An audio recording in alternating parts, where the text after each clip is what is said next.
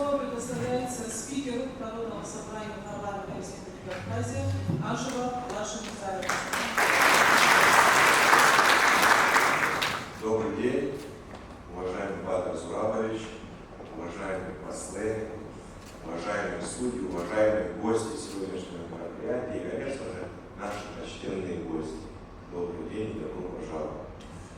Уважаемая Саида Рушина, от имени Народного собрания парламента Республики Абхазия, от себя лично, сердечно поздравляю вас, действующих судей и судей, пребывающих в почетной отставке, сотрудников и ветеранов аппарата Верховного суда, Сухумского городского суда, судов Гагерского, Гагаузского, Сухумского, Гулевичского, Очинчирского, Попчайского, Гайского района и военного суда со столетием образования судов общей юрисдикции Республики Абхазия.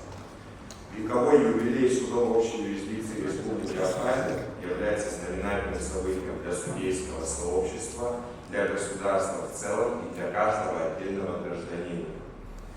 Развитие судов общей юрисдикции Республики Абхазия неразрывно связано с происходящими историческими событиями, оказавшими большое влияние на общественно-политическую ситуацию в республике, ее институты, экономику, социальные отношения.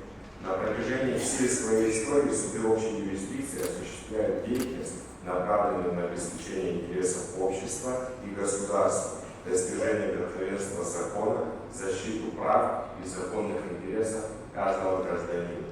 И сегодня они решают многие задачи, в том числе и в области совершенствования законодательства и судопроизводства, за что отдельное спасибо судейскому сообществу. Депутаты Народного собрания парламента Республики Абхазия высоко ценят сотрудничество с коллективами судов общей юрисдикции и выражают им благодарность за вклад в формирование правовой культуры в абхазском обществе. Дорогие друзья, желаю вам